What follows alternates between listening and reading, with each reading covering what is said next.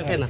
बिहार में इतना बड़ा जीत होना ही था। मैं खुद भी गया हूँ और मेरे पास जो अभी तक खबर है कि जहाँ मैं गया था, आपको याद होगा जो चंपारण में, वहाँ पर 3 विधानसभा में मैंने किया था। तीनों में मैंने सुना, तीनों में आगे बढ़े हुए हैं। तो टिप ऑफ द आइसबर्ग वो समझ जाते हैं क्या होने वाला है।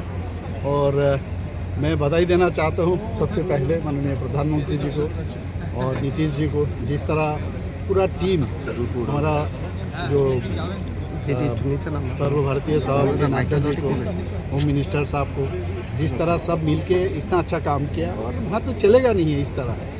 ये लालू जी का जो वहाँ का काम सब माने ये कैसे वहाँ पर वापस आएंगे, आ ही नहीं सकता है। ये तो आप सब जानते हो कि ऐसे गुंडागर्दी क्या नहीं हुआ, तो ऐसा नहीं चाहते।